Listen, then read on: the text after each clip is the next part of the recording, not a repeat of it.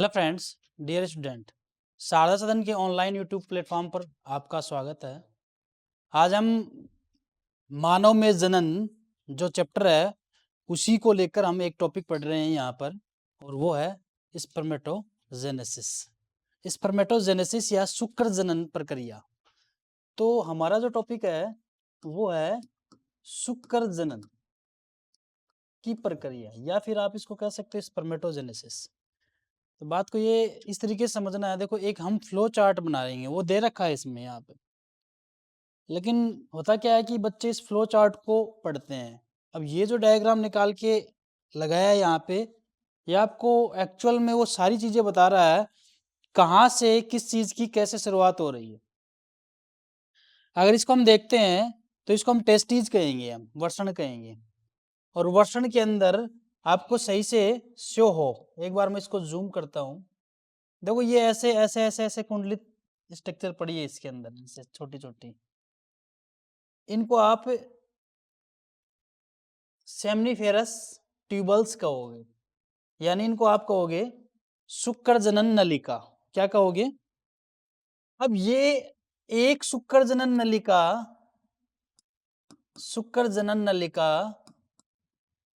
को आगे और बढ़ा करके बता रहा है।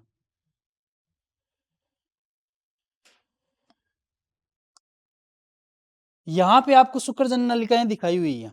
शुक्र जनन नलिकाओं की जो अंदर की स्ट्रक्चर होती है वो किस प्रकार से यहाँ पर व्यवस्थित है, वो यहाँ पे बताया हुआ है। आप देख सकते हो यहाँ पर। तो ये जो है ये इसको आप जर्मिनल एपिथेलियम कहोगे, या फिर कहोगे आप इसको जनन उपकला, और ये बाहर वो टुनिका प्रोपीरिया है।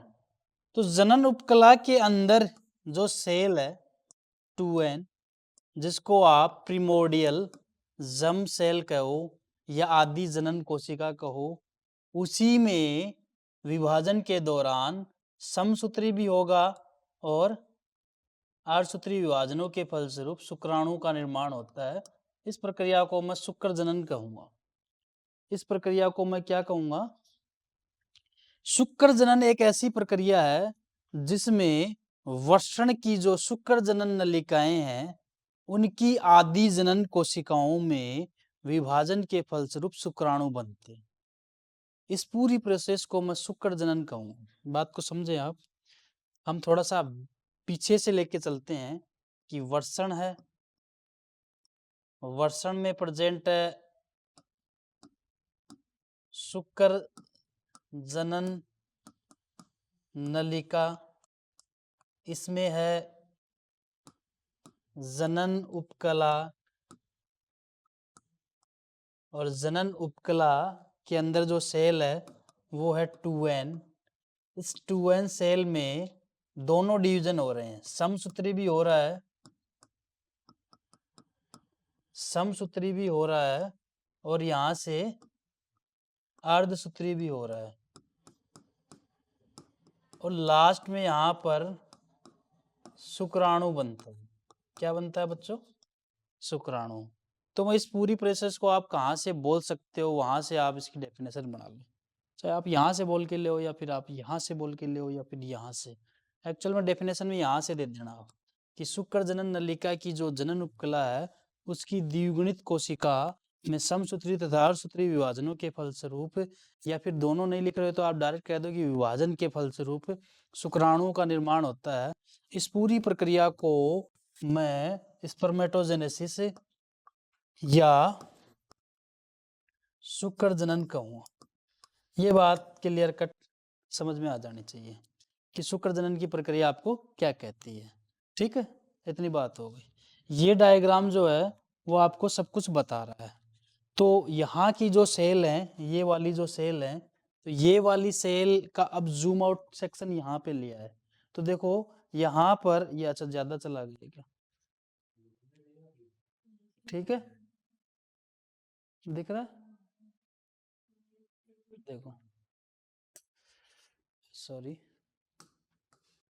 देखो ये प्रीमोडियल जम सेल है। ये कौन सी है? Primordial germ cell. तो प्रीमोडियल जम सेल, तो ये जो जनन उपकला है उसकी सेल प्रीमोडियल जम सेल। उससे जस्ट जो सेल बनी उसको स्पर्मेटोगोनिया, तो यहाँ पे इन्होंने स्पर्मेटोगोनिया दिखा दी। और ये जो सेल बन रही है ये किससे बन रही है? समसूत्री विभाजन। कौन सा विभाजन? माइटोटिक यानी समसूत्री। और समसूत्री विभाजन के फलस्वरूप यहाँ पर ये देखो प्राइमरी स्पर्मेटोसाइट बनता है, ये ग्रोथ फेज चली गई। ये कौन सी आ गई? Growth primary spermatocyte. और प्राइमरी स्पर्मेटोसाइट में अब अर्धसूत्री विभाजन प्रथम होता है, जिसके फलस्वरूप बनते हैं सेकेंडरी स्पर्मेटोसाइट। तो देखो प्राइमरी स्पर्मेटोसाइट के अंदर ही चेंजेस हो रहा है और ये सेकेंडरी स्पर्मेटोसाइट बन गया यहाँ पे। ठीक है, सेकेंडरी स्पर्मेटोसाइट में आगे जो चेंजेस हो रहे हैं तो स्पर्मेटिड्स बनते हैं। तो यहाँ पे देखो स्पर्मेटिड्स बनते हुए दिखाई दे रहे हैं, स्पर्मेटिड्स का साइटोप्लाज्म। तो कुछ मैं ऐसे समझा रहा हूँ आपको कि ये ऐसे चेंजेस आ रहे हैं, ऐसे ये चेंजेस यहाँ पे होते जा रहे हैं। फाइनली यहाँ पर स्पम बन जाता है। फाइनली यहाँ पे क्या बन जाता है? अब स्पम यहाँ से जाएगा नहीं, क्योंकि आपको पता है यहाँ पर एक सेल होती है सर्टोली सेल। ये सर्टोली सेल के पास जाएगा और सर्टोली सेल के पास जाके वहीं से ये अपना न्यूट्रेंट लेना स्टार्ट कर देगा। तो सर्टोली सेल के पास चला जाएगा और न्यूट्रेंट ले रहा है, इतना काम इसका होना है। लेकिन मेरे को इसमें क्या समझ में आया, इसको मत देखो आप, इसको बाद में। हम पहले मतलब एक तरीके से जो तैयारी कर रहे हैं वो हार्ड कर रहे हैं, इजी वे में हम बाद में आएंगे। ये बड़ा इजी वे होता है, बच्चे याद कर लेते हैं लेकिन समझ में कुछ नहीं आता है कि कौन सी सेल कहाँ से आई। एक बेस्ट एग्जांपल जैसे मैं आपको दूं बहुत अच्छा, जैसे मान लो किसी को क्रिकेट खेलना है और उसकी क्रिकेट खेलने की उसकी तैयारी करवानी है, तो उसको बहुत ही टफ तरीके से उसकी जो प्रैक्टिस होगी ना, तो जब इतना टफ बना दिया जाए, लेवल को इतना हार्ड बना दिया जाए कि जैसे उसकी पिच भी खराब कर दी जाए, जो बॉल है वो भी बड़ी रफ हो, ठीक है, और बैट भी उसको बड़ा रफ तरीके का दिया जाए, लेकिन जब वो फाइनल तरीके से जाएगा तो उसके पास सारी चीज़ें, आवश्यक चीज़ें हैं, अच्छी बॉल है, पिच अच्छी है, तो उसकी प्रैक्टिस के लेवल पे वो बहुत अच्छी अपनी परफॉर्मेंस दिखाएगी, क्योंकि उसकी प्रैक्टिस जो है बड़ी हार्ड हुई है। समझ में आ रही है बात? तो कुछ यहीं पे मैं इस चीज़ को जोड़ता हूँ, अगर आप इसको देखते हो ना, आगे इसको देखते हो, तो एक कॉमन सा वे होता है, सबके याद हो जाता है कि भाई हमने ऊपर प्रीमोर्डियल जम सेल लेना है, हमें ऊपर प्रीमोर्डियल जम सेल लेनी है, ये जम सेल, इसमें हमें माइटोसिस डिवीजन करना है यानी समसूत्री करना है, ये मैं उगोनिया बना देता हूँ, सॉरी स्पर्मेटोगोनिया बना देता हूँ। क्या बना देता हूँ? स्पर्मेटोगोनिया। इससे मैं ग्रोथ प्राथमिक स्पर्मेटोसाइट बना देता हूँ, फिर इसमें अर्धसूत्री विभाजन प्रथम और अर्धसूत्री विभाजन द्वितीय करवा देता हूँ, ये मेरा काम होगा। तो इतनी चीजें तो सबको याद हो जाती हैं, लेकिन एक्चुअल में चीजें आई कहाँ से? आपको बात, जो बात है, जो पॉइंट है, उसकी आपको मतलब डीप में जाना है, आपको उसको बेस में जाना है कि ये चीजें आई कहाँ से। तो अगर देखा जाए तो ये सारा काम जो हो रहा है वो इसके अंदर हो रहा है, इसके अंदर हो रहा है, लेकिन ये तो एक समझाने का तरीका है।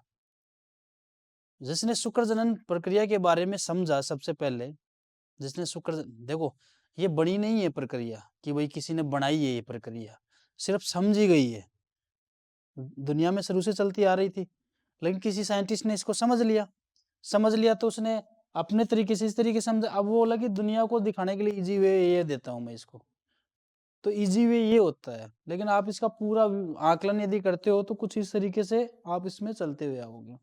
तो वापस सुन लेना, ये है, अब इसको मत देखो आप, आपको यही सीखनी है बात।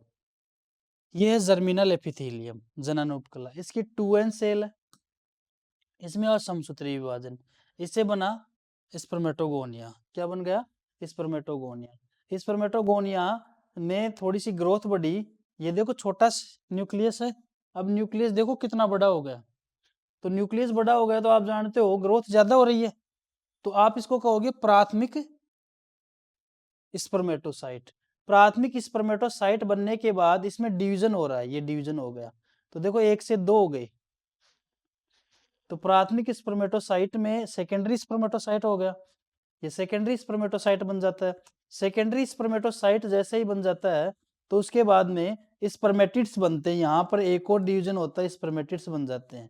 अभी आपको एक चीज और देखनी है, स्पर्मेटिड्स क्या है। अच्छा, यहाँ पे सेकेंडरी स्पर्मेटोसाइट और ये स्पर्मेटिड्स, और यहाँ पे स्पर्मेटिड्स का साइटोप्लाज्म। एक्चुअल में स्पर्मेटिड्स क्या है, देखो आप देखो, एक ऐसे थैली सी दे रखी है और शुक्राणु कैसे दिखा रखा है इसमें, ठीक है। एक्चुअल में स्पर्मेटिड्स मेटिड्स क्या है, क्या है? मैं कहूंगा स्पर्मेटिड्स स्पर्म बनने की पहली फॉर्म है। अभी स्पर्म बना नहीं है, अभी स्पर्म बना नहीं है, अभी तो स्पर्मेटिड्स ही है। उसमें कुछ चेंजेस होते हैं। अगर इस बात को मैं आगे समझूं, अगर इस बात को मैं आगे समझूं तो यहां देखो हम यही लिखते हैं कि स्पर्मेटिड्स बन जाता है लास्ट में, हमारे पास क्या बन के आता है, स्पर्मेटिड्स, ठीक है। स्पर्मेटिड्स बन के आता है हमारे पास, और स्पर्मेटिड्स में कुछ चेंजेस होते हैं, और उस चेंजेस की बदौलत स्पर्म बनते हैं। तो दिखने का चेंजेस क्या होगा, दिखने का चेंजेस ये है कि कुछ ऐसा दे रखा था। अच्छा, ये इसमें जो टेल होती है पूरी नहीं होती, एक प्रकार की सेल सी होती है, ऐसे सेल सी होती है, ठीक है।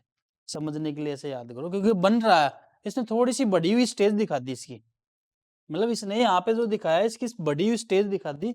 एक्चुअल में ये ऐसा ही मिलेगा आपको, और यहाँ पे ये है। तो मेरे पास कोई राउंड सी स्फेरिकल सी चीज थी, एक गोल सी कोशिका थी, उस कोशिका से पूंछ बाहर आ गई। तो जब तक इतना चेंज हुआ यहां से यहां तक, तो मैं कहूंगा ये स्पर्मेटिड से स्पर्म बन गए। इस प्रक्रिया को मैं शुक्र कायांतरण कहता हूं, याद रखें बात को आप, इसको मैं कहूंगा शुक्र कायांतरण। क्या कहूंगा? अब आपके पास कुछ बातें आती हैं, आपके पास बातें आती हैं कि आपको स्पर्म का निर्माण करना। स्पर्म का निर्माण आपके पास दो तरीके से होगा। एक तो शुक्राणु पूर्वी का निर्माण, पहले तो भी शुक्राणु पूर्वी बनेगा, और उसके बाद में शुक्र कायांतरण होगा। याद रखे, शुक्राणु पूर्वी जो है वो 3 स्टेज में चलती है इसके निर्माण की। एक होती है गुणन प्रावस्था, एक होती है वृद्धि प्रावस्था, एक होती है परिपक्वन प्रावस्था।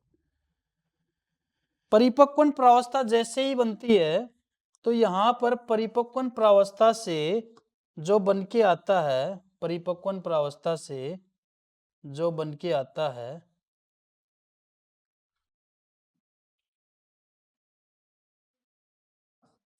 अच्छा चेंज नहीं हुआ, कोई बात।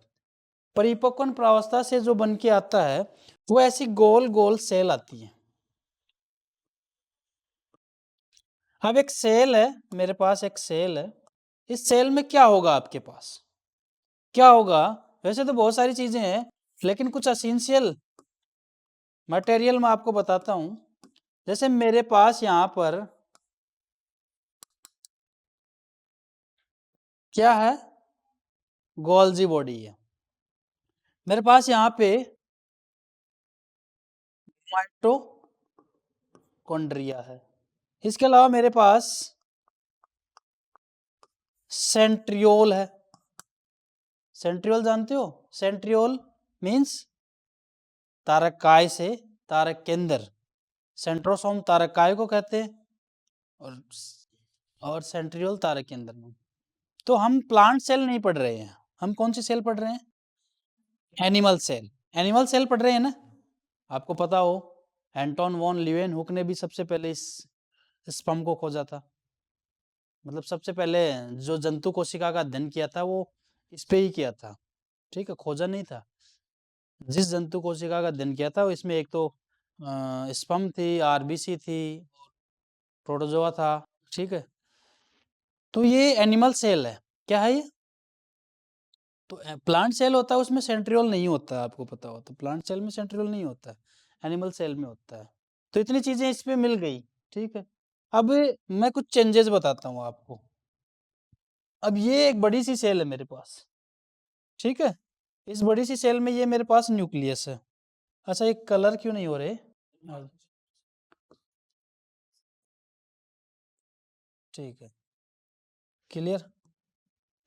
अब यहाँ पर एक ये पड़ा है गोल्जी का है। क्या पड़ा है? गोल्जी का ये पड़ा है, ठीक है। और ये पड़े हैं माइटोकॉन्ड्रिया। क्या पड़े हैं? कुछ टाइम बाद में ऐसे हुआ कि इसका एक्स्ट्रा फ्लूइड बाहर निकलना स्टार्ट हुआ, शुक्राणु पूर्वी का।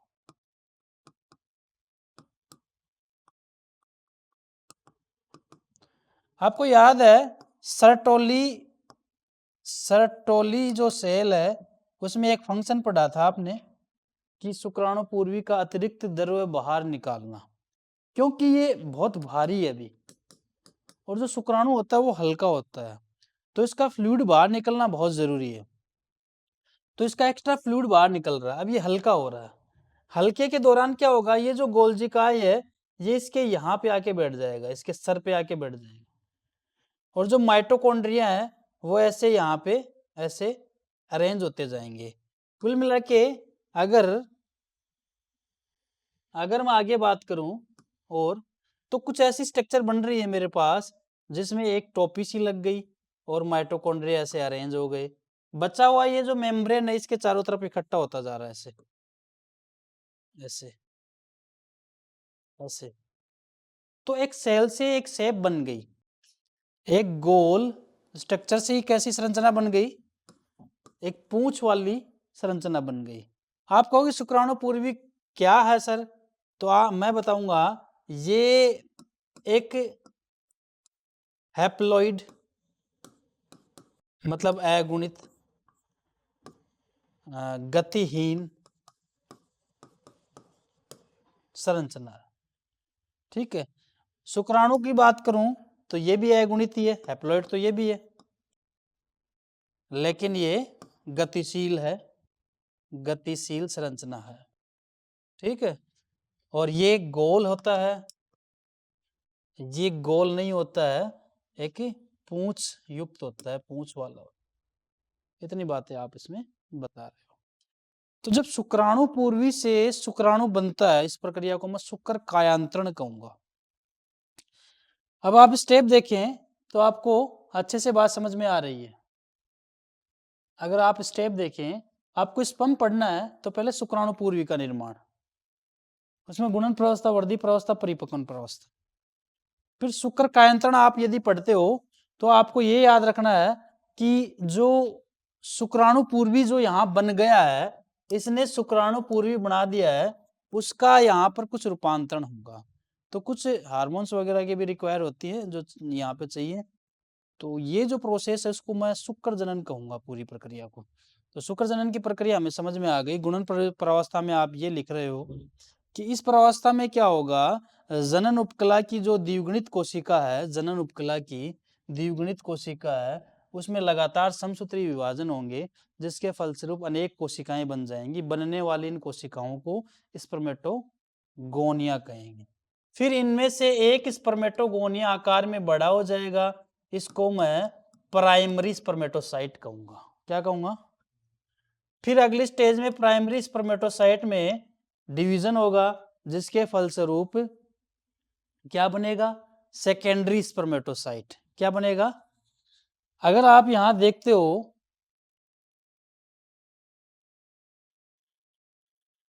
तो ये देखो सेकेंडरी स्पर्मेटोसाइट। अब शुक्र जनन और अंड जनन में क्या अंतर है? यहां तक तो सेम मामला है शुक्र जनन और अंड जनन का। अंड जनन में भी आप बोलोगे यहीं तैयार कर लो इस टॉपिक को, आगे दिक्कत नहीं है, वही प्रीमोडियल जम सेल होती है, लेकिन अब की बार जो प्रीमोडियल जम सेल होती है वो अंडाशय की होती है। किसकी होती है? उनमें लगातार समसूत्री विभाजन होते हैं, जिसके फलस्वरूप यहाँ स्पर्मेटोगोनिया, वहां उगोनिया बने। क्या बने? स्पर्म जोड़ रहे हो, वहां हटा दो स्पर्म, उगोनिया। इसमें से एक सेल बड़ी हो जाती है जिसको प्राइमरी, प्राइमरी क्या कहेंगे? oocyte, वेरी गुड, क्या कहेंगे? Primary oocyte। इस यहाँ पे ये मत कहना उगोनिया, प्राइमरी उगोनिया नहीं कहा, प्राइमरी oocyte। फिर इसमें आपने ये बोला कि प्राइमरी oocyte ये मान लो, या फिर प्राइमरी स्पर्मेटोसाइट में हर्षसूत्री विभाजन होता है प्रथम, जिसके फलस्वरूप दो कोशिका बनती है। इसमें बनने वाली दोनों कोशिका ही सेकेंडरी स्पर्मेटोसाइट होती है, क्योंकि शुक्राणु की संख्या ज्यादा होती है, अंडाणु तो एक ही होता है। समझ में आ रही है बात? तो यहां पर एक ही काम वाला बनेगा, कहां पर, किस बात में? अंड जनन में। कहां पर? जबकि एक जो बनेगा वो पोलर बॉडी बनेगी। क्या बनेगी? लेकिन इसमें दोनों ही काम वाले बनेंगे। क्लियर? अगर मैं एक प्रश्न दूं, अगर आपके पास एक प्रिमोडियल जर्म सेल है तो उससे इन द फीमेल के केस में उससे कितने ओवम बनेंगे? तो एक से एक ही बनेगा। लेकिन यहाँ एक प्रिमोडियल जर्म सेल से 4 स्पर्म बनेंगे। कितने बनेंगे? ये बात याद रखिए। फिर ये करेंगे तो स्पर्मेटिड्स बनाएंगे 4। स्पर्मेटिड्स बोलो या शुक्राणु पूर्वी बोलो, एक ही बात है। क्या तो बोलो आप, या बोलो आप शुक्राणु पूर्वी। देन ये जो प्रोसेस है, यहां से यहां तक की जो प्रोसेस है, यहां से यहां तक की, इसको मैं शुक्र कायांतरण बोलता हूं। क्या बोलता हूं? इतनी बात आपकी हो जाती है। देन मेरे ख्याल से टॉपिक आपको अच्छे से समझ में आ गया। ठीक है?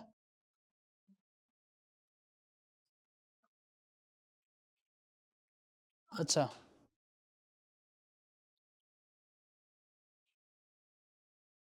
तो आपका टॉपिक जो था उसमें हमने ये सीखा कि एक प्रीमोडियल जर्म सेल से शुक्राणु किस प्रकार बनेंगे। मैंने आपको डिफाइन करके भी बता दिया है, अलग अलग अंतर करके भी मैंने आपको बता दिया है कि अगर हम शुक्र जनन और अंड जनन की बात करें तो केस दोनों में सेम ही है। अगर हम शुक्र जनन की बात करें और यहाँ अंड जनन की बात करें तो देखो, अगर आप अंतर करते चलो तो आप ये बोलोगे इसमें भी प्रीमोडियल जर्म सेल है भाई, प्रीमोडियल जर्म सेल है, इसमें भी प्रीमोडियल जर्म सेल है, इसकी प्रीमोडियल जर्म सेल है वो जनन उपकला से आई है, इसकी भी प्रीमोडियल जर्म सेल कहां से आई है? जनन उपकला से। लेकिन इसकी प्रीमोडियल जर्म सेल जो आई है वो अंडाशय की जनन उपकला से और इसकी शुक्र जनन नलिका से। अंतर हो गया पहला। फिर ये 2n होती है, ये भी क्या होती है? 2n। ये आगे जाके माइटोसिस करती है, यानी समसूत्री विभाजन करती है। ये भी सेम ही करती है, समसूत्री।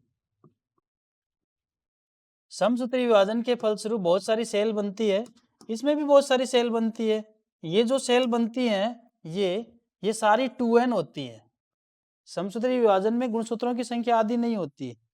ये जो सेल बनी, इन सेल को मैं क्या कहूंगा, यहाँ पर हम स्पर्म की बात कर रहे हैं तो हम इसको क्या कहेंगे? स्पर्मेटोसाइट। क्या कहेंगे? ओ सॉरी, स्पर्मेटोगोनिया। क्या कहेंगे? स्पर्मेटोगोनिया।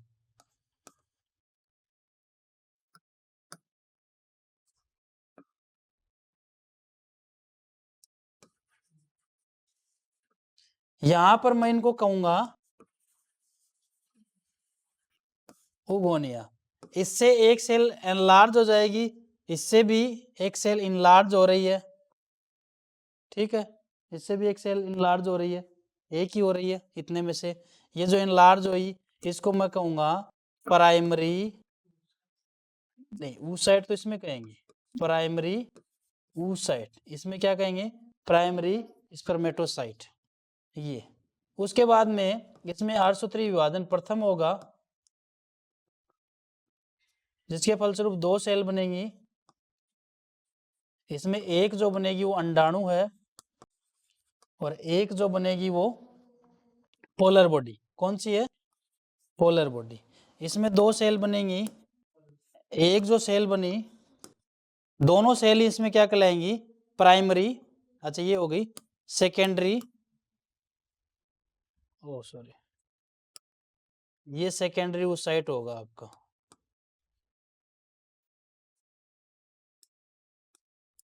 यहां पर ये सेकेंडरी क्या कहलाएगा? स्पर्मेटो। क्लियर? इनसे 4 स्पर्मेटिड्स बनेंगे, लेकिन इनमें ये भी पोलर बॉडी, इनसे भी पोलर बॉडी, ये सारी, और ये जो बनेगा वो अंडाणु। तो देख लो, कोई ज़्यादा अंतर नहीं है, कॉमन सा है, बस आपको कहाँ ध्यान रखना ये याद रखिए। तो मैंने दोनों का अंतर करके बताया आपको, जैसे अंड जनन पढ़ो तो कोई दिक्कत ही नहीं रही अब, ठीक है। तो मेरे ख्याल से टॉपिक आपको बहुत अच्छे से समझ में आ गया होगा। तो नेक्स्ट टॉपिक नेक्स्ट क्लास में लेंगे हम। आज के लिए शुक्र जनन आपने कंप्लीट तरीके से समझा। Thank you so much.